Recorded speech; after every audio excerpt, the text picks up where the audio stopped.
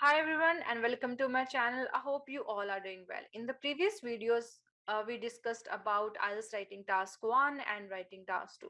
However, today we are going to be specifically focusing on the process which is part of writing task 1.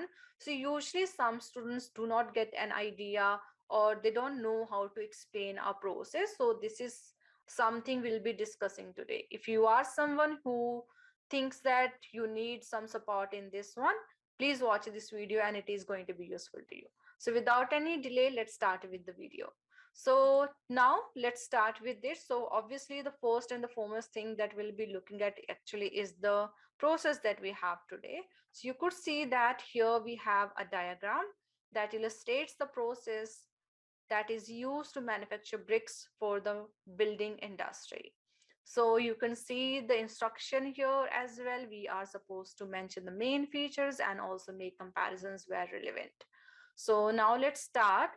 So first of all, we'll be beginning with the introduction of the task. So you can see that this is the introduction. The given picture exhibit how bricks are produced for the building industry. So there has been no change in writing, or this part hasn't been paraphrased. So reason being because this is actually just the way it is, and we cannot really change anything about it because it is a name of something. So next we are going to be writing an overall of the task. So let's look at that one. Overall, the process seems fairly simple as it has 7 steps, starting with digging the clay and ending with the delivery of the bricks. So very simple, very clear. Okay, and you can also write complex if the process seems complex. Do whatever feels right at that time according to the task that you get. So now let's start with the explanation. So look at here, we have total 7 steps and they are starting from here itself. So let's start with that. We'll be trying to define 3 steps in the first paragraph and the rest steps in the next one. So let's start with that. Okay, to begin with, the process is initiated by digging the clay from the ground with the help of a digger.